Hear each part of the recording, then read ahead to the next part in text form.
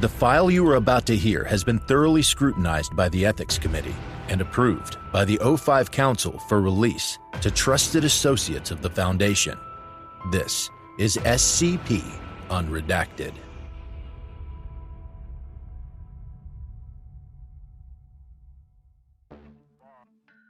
Designation: SCP-6835.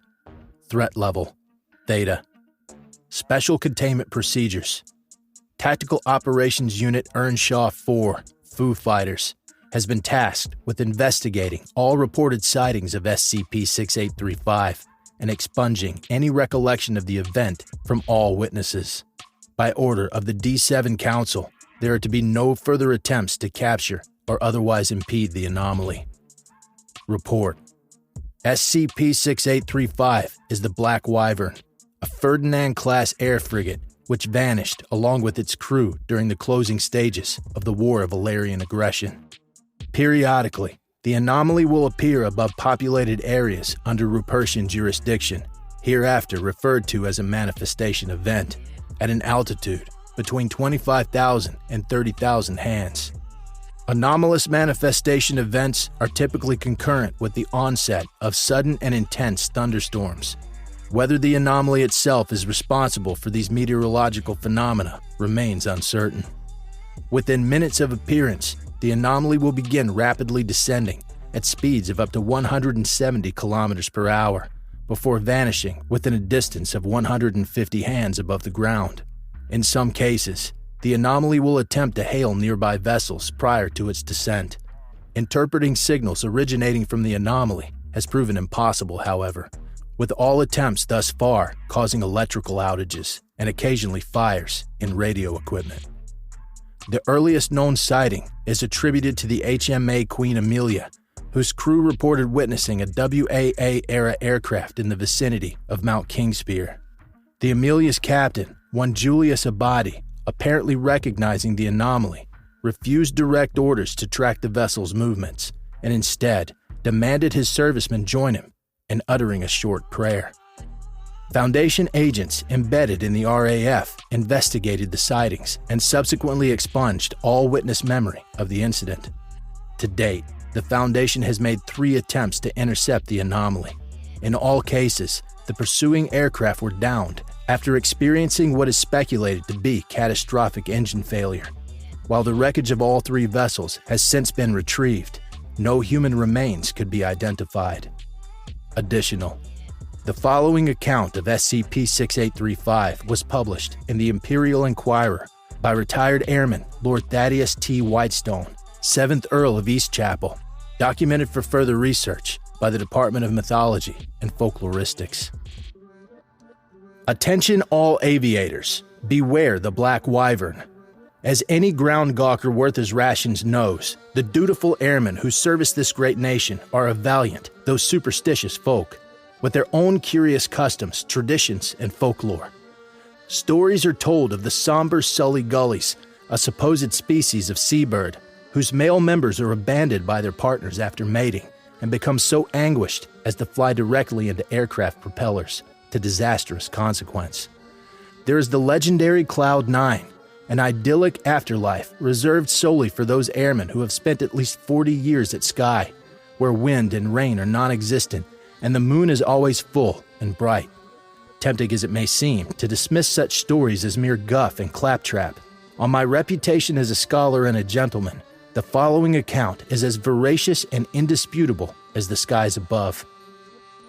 In the waning days of the War of Valerian Aggression, the Black Wyvern was renowned as one of the finest frigates of her class. Under the watchful command of the shrewd and daring Captain Phileas Faustus, the Wyvern emerged, nigh unscathed, from countless battles across the Northern Front. This run of fair fortune was not to last, however, and while traversing the thick mists above West Arthuria, the Wyvern was beset by a roving band of Zandish mercenaries. While the fatalities were few, the frigate's engines took heavy damage, and with her hydrium reserves low, the chances of return to Rupertian airspace were slim to none.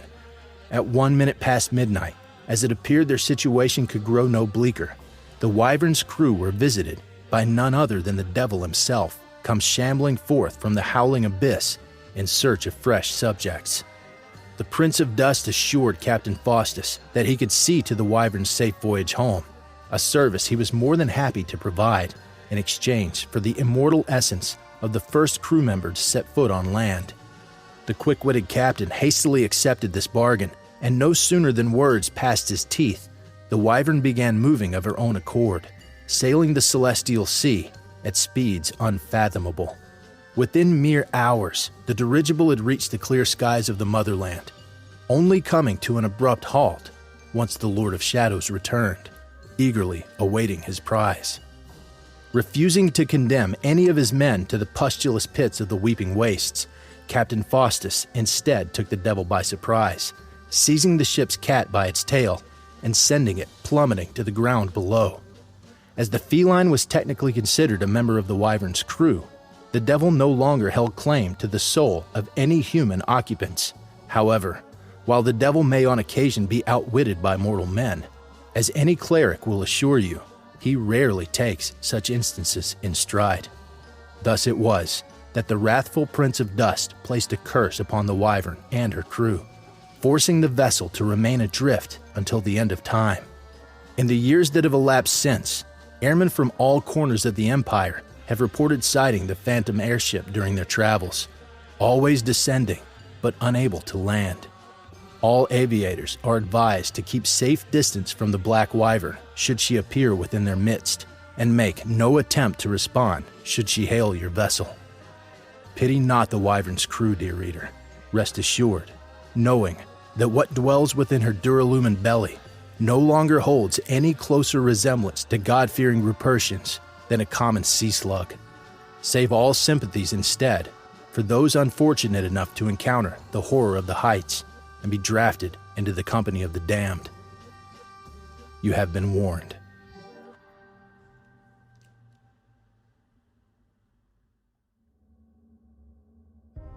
Thank you for listening. If you like what you hear, join my Discord community, hire me on Fiverr, or help support me by becoming a patron for as little as $3 a month. Regardless of tier, all patrons get early access to every single episode. The links are in the description. I don't have the talent it takes to write a skip. All I do is read. Original authors make this podcast possible, so credit to the original author. Their links in the description. Show them some love as well. Consider becoming a member of the SCP Wiki. Upvote their work and maybe write a skip of your own. Maybe I'll read it here someday. You never know if you never try. The content of this podcast and content relating to the SCP Foundation, including the SCP Foundation logo, is licensed under Creative Commons Sharealike 3.0, and all concepts originate from scpwiki.com and its authors. This recording, being derived from this content, is hereby also released under Creative Commons Sharealike 3.0.